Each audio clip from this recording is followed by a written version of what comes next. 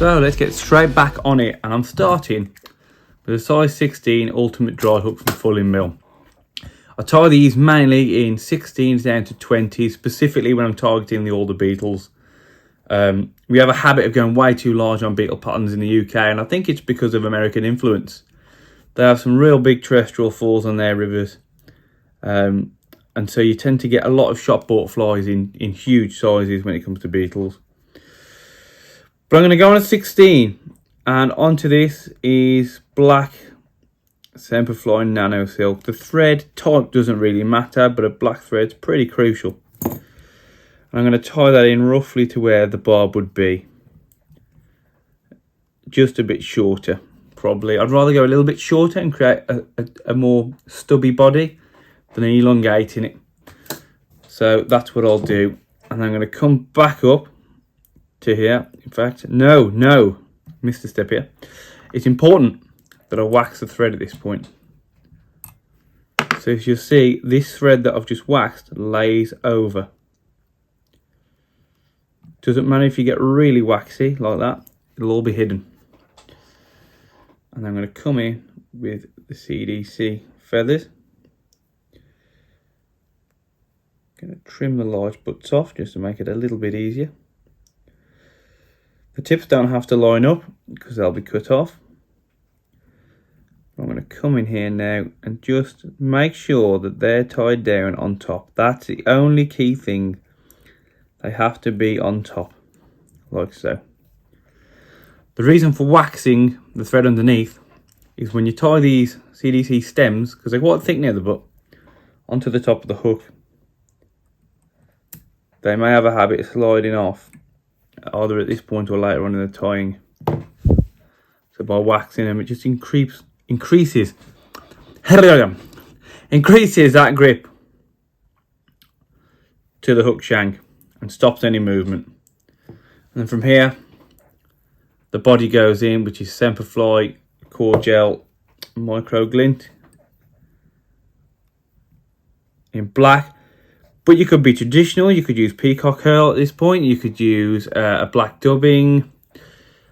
It's entirely up to you really. There's no set way with this fly. It's all up to personal preference, and I'm not going to sit here and say one's better than the other.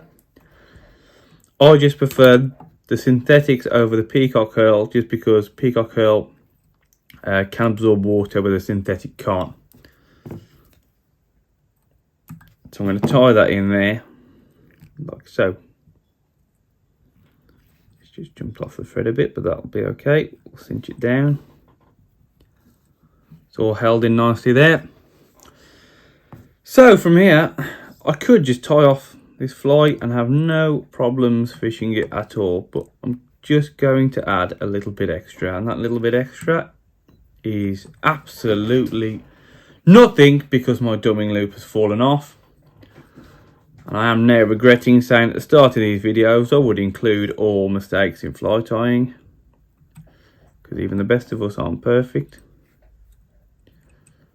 especially when you've had a beer like I have tonight. But we're going to tie that in now, and from here I'm going to grab my dubbing loop tool and hook that in, should I have the coordination to do something like that. I'm going to hook that in, and I'm just going to add Peacock Glister Dub in green. The tiniest amount. I'm not looking at using it as a body. I'm imitating legs with this. I don't like the big thick rubber legs a lot of beetles come with. I think they're way too much. I'm just going to grab a piece like this. I'm going to twist a little bit. I'm just going to lift it in and place it into that loop, like so. From here, I'm just going to spin that, just so it twists up. Make sure it's not all clumpy and lumpy. Pull it out if I have to. Hold the bobbin out the way, which I should have put on the bobbin holder, which is what I bought it for, but hey ho, we're all fingers and thumbs tonight. And I'm just going to wrap this backwards back here like so, and then just tie that off.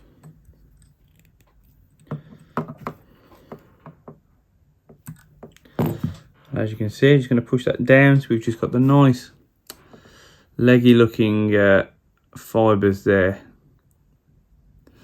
in the body. And then pull over the CDC. I'm going to put 2 loose wraps over the top first. So hold it all in position, like so. I can then manoeuvre this CDC. I can push it back on itself if I want to hump up the body, as you can see there. Or I can pull it down if I want a little bit tighter. Then what I'd recommend, not pulling it dead tight. That little bit of a lump you get underneath the body, that little bit of a bubble, it's going to help so much with flotation. And then all I'm going to do is just set that by coming underneath with a few wraps and pulling tight, like so. From there, bit of varnish, particularly with this Nanosilk, very slippery thread. I like to finish off with varnish. It's getting an old gooey bottle, so it's chucking all the little fumes all over the fly. And from here, I'm just going to whip finish underneath the CDC tips, like so. I'll remove that thread, and then all I'm going to do now to finish off is just grab those tips, pull tight, and exactly like you do with foam, cut yourself a little beetle head. I always go slightly larger to start with, and then if I'm not happy with the size, I'll just come in with the scissors and cut it down. I'll remove these back fibres, some of them, and leave a few, but the beauty is using CDCs, you get these lovely small fibres here which look just like, if I put my hand behind it, just like beetle legs, and they've got so much movement when on the surface of flat water where you'll find beetle feeders underneath trees.